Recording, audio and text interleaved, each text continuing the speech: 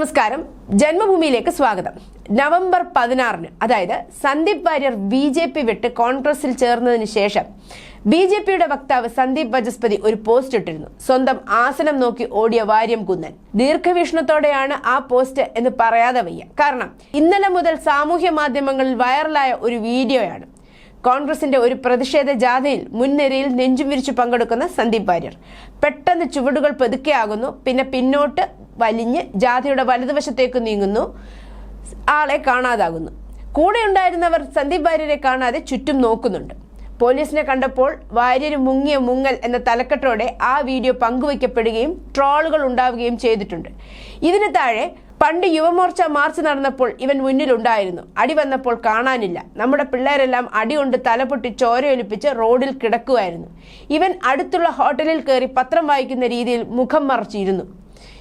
ഇതിൽ അത്ഭുതപ്പെടാനൊന്നുമില്ല. ശബരിമല പ്രതിഷേധ സമയത്ത് ഓരോ ബി.ജെ.പി. നേതാക്കളായി ശബരിമലയിൽ പോയി പ്രതിഷേധിച്ച് പോലീസിന്റെ അടി വാങ്ങി അറസ്റ്റിലാവുന്ന സമയത്ത് ഇയാൾ ശബരിമലയിൽ പോയിട്ട് പത്തനംതിട്ടയിൽ പോലും വന്നിട്ടില്ല. കാലിൽ കള്ള പ്ലാസ്റ്റർ ഇട്ട് ഏതോ ആശുപത്രിയിൽ പോയി കിടക്കുകയായിരുന്നു. കഥകൾ ഇങ്ങനെ ഓരോന്ന് പുറത്തു വരികയാണല്ലോ എന്ന കമന്റുകളും വരുന്നുണ്ട്.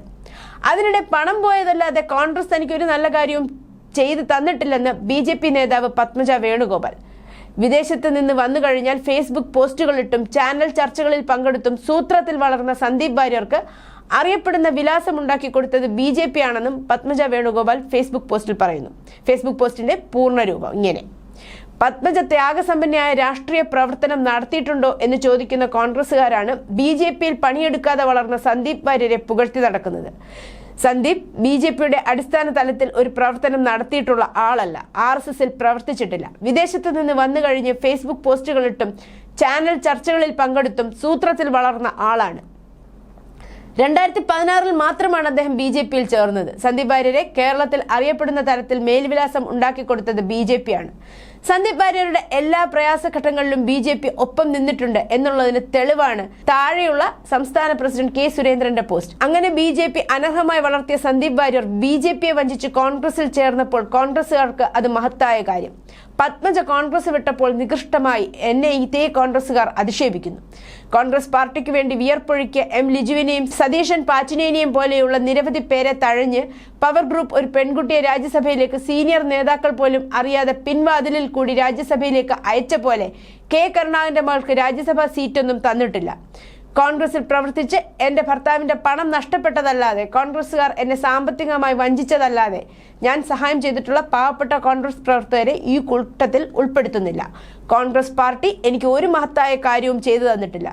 എന്റെ അച്ഛനെയും ചേട്ടനെയും എന്നെയും ഏറ്റവും കൂടുതൽ സംസ്കാര ശൂന്യമായി അധിക്ഷേപിച്ചിട്ടുള്ളതും കോൺഗ്രസുകാർ തന്നെയാണ്. ഒടുവിൽ എന്റെ അമ്മയെ അധിക്ഷേപിക്കുന്ന അവസ്ഥയിൽ പോലും കോൺഗ്രസിന്റെ കുട്ടി നേതാവ് എത്തി. കെ. കരുണാകരന്റെ മകൾ എന്ന നിലയിൽ കോൺഗ്രസിൽ നിന്ന് കിട്ടിയതിൽ കൂടുതൽ സ്നേഹം എനിക്ക് ബി.ജെ.പിയിൽ നിന്ന് ലഭിക്കുന്നുണ്ട്. MLA-യോ MP-യോ ആകുന്നതാണ് വലിയ മഹത്തായ കാര്യമെന്നാണ് കോൺഗ്രസുകാർ ചിന്തിച്ചു വെച്ചിരിക്കുന്നത്. കേരളത്തിൽ 3-ാം സ്ഥാനത്തുള്ള ബി.ജെ.പിയിലേക്ക് ഞാൻ പോയത് ദേശീയത ഇഷ്ടപ്പെട്ടും നരേന്ദ്രമോദിയുടെ ഭരണവൈഭവം ഇഷ്ടപ്പെട്ടും മോദി ഭരണത്തിൽ രാജ്യത്തുണ്ടായ വികസന കുതിപ്പ് കണ്ടുമാണ്. അങ്ങനെയുള്ളവരാണ് ഇന്ന് ബി.ജെ.പിയിൽ അടിയുറച്ചു നിലകൊള്ളുന്ന സാധാരണ പ്രവർത്തകർ. DP, അതായത് UDF, അടുത്ത തവണ കേരളം ഭരിക്കും എന്ന ദിവാസ്വപ്നം കണ്ടുകൊണ്ട് ചില അധികാരമോഹികൾ കോൺഗ്രസിൽ ചേരുന്നത്. DF ഭാവിയിലും ഇനി കേന്ദ്രത്തിലും കേരളത്തിൽ അധികാരത്തിൽ വരില്ല. പത്മജ കോൺഗ്രസ് വിട്ട് ബി.ജെ.പിയിൽ ചേർന്നപ്പോൾ ഓഹോ, തനിക്ക് പെട്ടെന്ന് മേൽവിലാസം ഉണ്ടാക്കി തന്ന ബി.ജെ.പി. എന്ന പ്രസ്ഥാനത്തെ വഞ്ചിച്ച് സന്ദീപ് വാര്യർ കോൺഗ്രസിൽ ചേർന്നപ്പോൾ ഇതേ കൂട്ടർക്ക് ആഹാ, ബി.ജെ.പി. എന്റെ അഭിമാനം, നരേന്ദ്രമോദിജി എന്റെ അഭിമാനം. News desk, Janmabhumi.